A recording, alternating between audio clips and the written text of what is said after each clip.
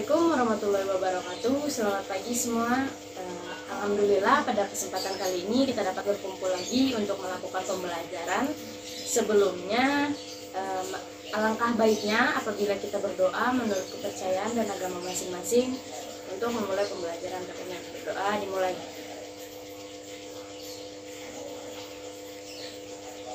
Doa diselesai. Baik, saya akan mengabsen satu persatu dari kalian.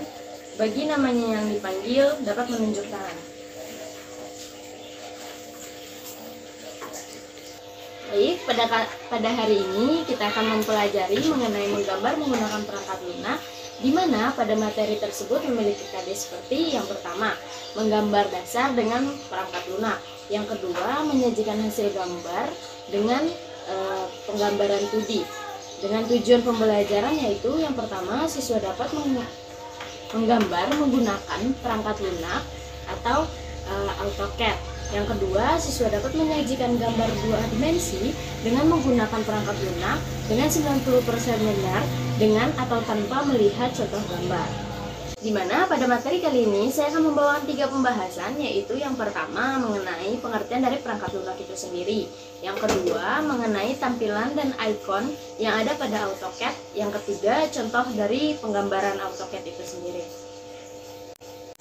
Baik, masuk ke pembahasan pertama, yaitu pengertian dari perangkat lunak. Perangkat lunak adalah sebuah data elektronik yang disimpan pada komputer atau laptop. Data elektronik tersebut dapat berupa perintah atau program yang ada pada laptop atau komputer tersebut. Oke, tahu nggak sih kenapa kita harus mempelajari perangkat lunak dan apa sih hubungannya antara perangkat lunak dengan gambar teknik? Jadi pada pembelajaran gambar teknik bangunan, perangkat lunak dapat membantu atau mempermudah kita dalam penggambaran. Seperti misalnya kita ingin menggambar denah, kita tidak perlu menggunakan mistar untuk sebagai alat ukur, namun kita dapat mengetik ukuran dari denah tersebut untuk memproyeksikan gambar yang akan kita buat. Namun dalam penggunaan perangkat lunak ini kita harus mengetahui mengenai cara penggunaannya. Oke, pada kali ini kita akan membahas mengenai perangkat lunak yaitu AutoCAD dan Revit. Dan sebenarnya masih ada banyak lagi perangkat lunak dalam gambar teknik bangunan. Selanjutnya ada perbedaan dari AutoCAD dan Revit itu sendiri, di mana biasanya AutoCAD dan Revit dibedakan menjadi beberapa, maksudnya dibedakan atas pemanfaatan dari aplikasi itu sendiri. Misalnya AutoCAD ini dimanfaatkan pada penggambaran 2 dimensi, sedangkan Revit sendiri dimanfaatkan untuk penggambaran 3 dimensi. Baik, masuk kepada pembahasan yang kedua, yaitu yang berkaitan dengan AutoCAD itu sendiri. Kita akan membahas mengenai tampilan dan ikon yang ada pada AutoCAD. Nah, untuk gambar yang saya tampilkan ini merupakan tampilan layar di aplikasi AutoCAD, di mana pada tampilan tersebut terdapat yang pertama menu bar yang berisi perintah-perintah dalam AutoCAD selain toolbar. Yang kedua ada toolbar, yaitu berisi perintah yang dapat disajikan dalam bentuk simbol. Yang ketiga itu ada crosshair, yaitu sebagai alat navigasi atau sebagai kursor pada AutoCAD. Yang keempat yaitu ada UCS icon, yaitu sebagai user koordinat, di mana pada AutoCAD sendiri user koordinat ini memakai sumbu X dan sumbu Y. Selanjutnya ada command line, yaitu berisi baris perintah, di mana kita dapat memasukkan kunci perintah untuk mengeluarkan perintah tersebut seperti line, circle, dan lain-lain. Yang terakhir ada display, di mana kita dapat menggambar pada display tersebut dan dapat melihat hasil gambar yang telah kita gambar. Selanjutnya ada icon toolbar yang sering digunakan dalam penggambaran AutoCAD. Seperti yang telah saya jelaskan sebelumnya, di mana toolbar ini merupakan icon perintah yang dapat kita temukan dengan berupa simbol atau lambang. Lambang-lambang yang merupakan simbol toolbar tersebut dapat kalian lihat pada tampilan icon yang sedang saya tampilkan ini. Namun dalam penggambaran AutoCAD, selain kita menemukan simbol-simbol atau lambang pada toolbar, kita juga dapat menggunakan perintah tersebut tanpa harus menemukan simbol tersebut. dengan cara mengetikkan kata kunci pada perintah. Misalnya pada perintah line kita dapat mengetik pada command line atau langsung pada display dengan mengetik L lalu menekan enter agar perintah yang kita inginkan seperti line tersebut dapat dijalankan. Kata kunci tersebut juga dapat kalian lihat melalui tabel yang sedang saya tampilkan ini. Selanjutnya kita akan masuk kepada pembahasan yang terakhir, yaitu pembahasan mengenai contoh penggambaran yang dapat digambar menggunakan AutoCAD. Yang pertama ada contoh gambar denah rumah tinggal, di mana penggambarannya terdiri dari garis as, kolom, dinding, kusen pintu dan jendela, bahkan terdapat furnitur-furnitur pada denah rumah tinggal tersebut. Selanjutnya ada contoh penggambaran detail atap melalui AutoCAD, di mana atap merupakan bagian yang paling atas dari sebuah bangunan. Dan dalam penggambarannya dan dalam pembuatannya, atap ini harus memiliki rangka terlebih dahulu, di mana rangka tersebut dapat disebut dengan kuda-kuda.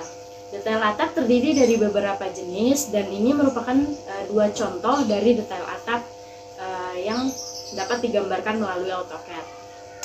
Gambaran kusen pintu, di mana kusen pintu sendiri biasanya memiliki tinggi setinggi 220 cm sampai dengan 240 cm, sedangkan lebarnya sendiri dapat dibedakan menjadi beberapa ukuran. Yang pertama, ukuran lebar pintu utama, yaitu memiliki ukuran lebar 90 cm, 100 cm untuk daun pintu tunggal, sedangkan untuk daun pintu ganda dapat memiliki ukuran 120 cm, 140, 160, 150, 180 hingga 200 cm. Yang kedua ada ukuran pintu ruang tidur, di mana dapat memiliki lebar 80 cm dan ukuran pintu kamar mandi memiliki ukuran 65 cm sampai dengan 70 cm. Ini yang gambar yang saya tampilkan ini merupakan salah satu contoh gambar di mana kusen pintu utama, baik kusen pintu utama tunggal maupun kusen pintu utama ganda. Beralih pada kusen jendela, di mana kusen jendela ini tidak berbeda jauh dengan kusen pintu yang dibagi menjadi beberapa ukuran pula. Yang pertama, ukuran jendela utama, di mana memiliki tinggi 150 sampai 180 cm dan lebar 70 sampai 80 cm.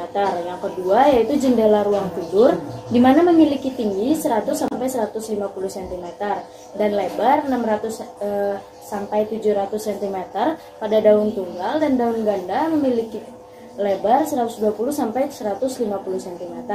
Sedangkan ukuran jendela pada kamar mandi yaitu berkisar tingginya itu 40 sampai 60 cm dan lebarnya itu 50 sampai 100 cm.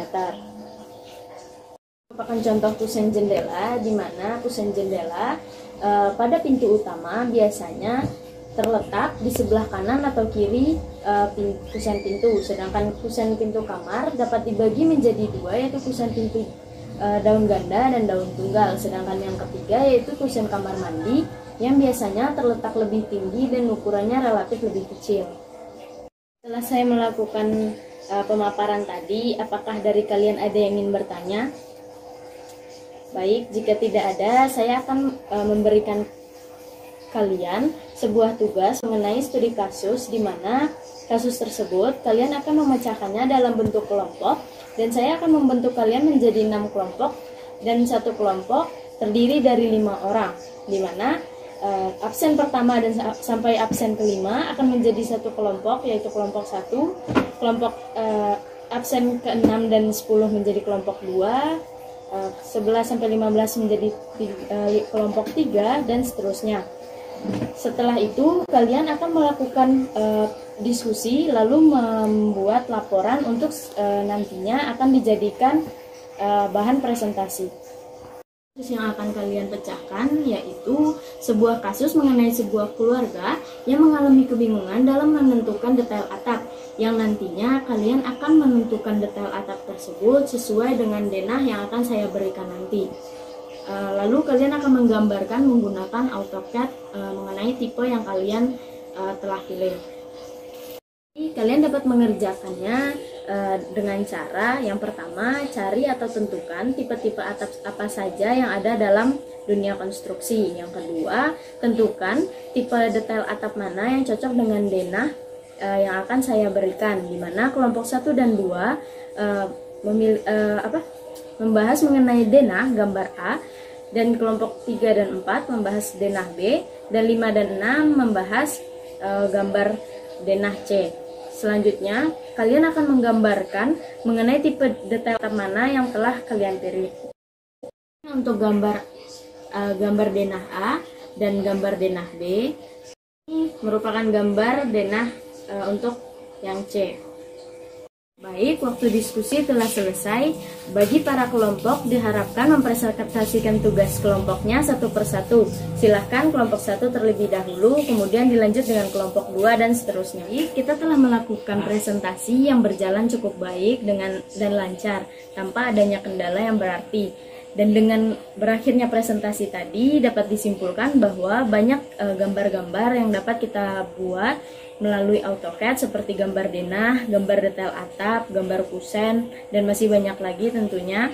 Namun, dengan penggambaran tersebut kita harus mengetahui dasar-dasar perintah atau fitur-fitur yang ada dalam AutoCAD itu sendiri. Itu tentunya dalam penggambaran bangunan ini kita harus menyesuaikan bangunan tersebut mulai dari gambar detail atap yang disesuaikan dengan gambar denahnya dan seterusnya. Demikianlah pembelajaran kita pada hari ini, semoga dapat dipahami dan dapat bermanfaat bagi kalian nantinya. Untuk mengakhiri pembelajaran kita kali ini, alangkah baiknya kita berdoa menurut agama dan kepercayaan kita masing-masing. Berdoa dimulai. Berdoa selesai. Sampai bertemu di pembelajaran berikutnya. Assalamualaikum warahmatullahi wabarakatuh.